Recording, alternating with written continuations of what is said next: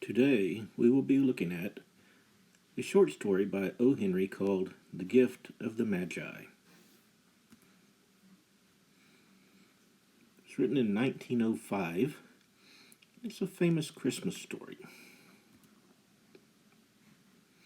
O. Henry was actually the pen name of William Sidney Porter.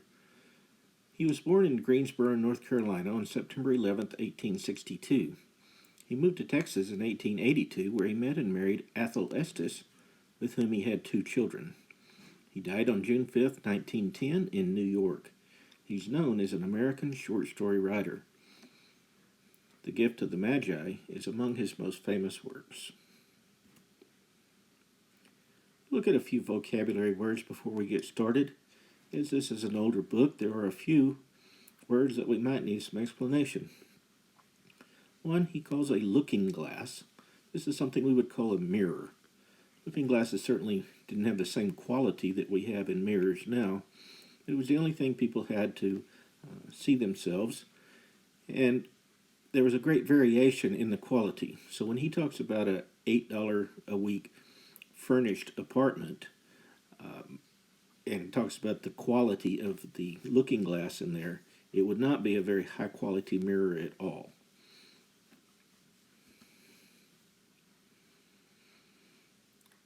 The next thing he talks about is a watch. When we think of watches, we think of an Apple Watch or something that you wear on your wrist, but this would have been a pocket watch.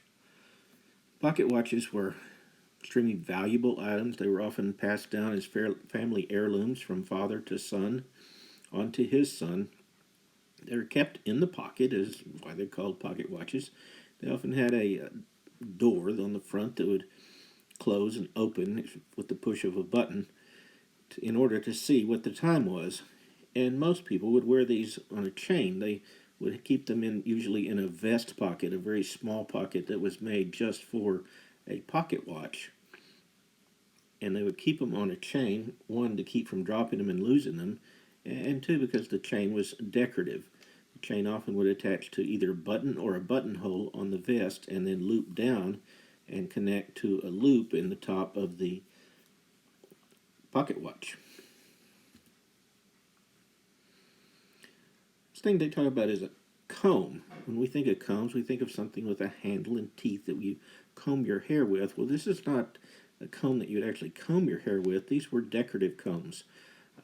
Women would grow their hair very long and then pile their hair up on top of their head and use the combs to hold it all together. So they were often bejeweled and were very decorative items that women took a great deal of pride in wearing. So it was utilitarian, but it was also decorative. So today, you going to watch or read this presentation, as you already have.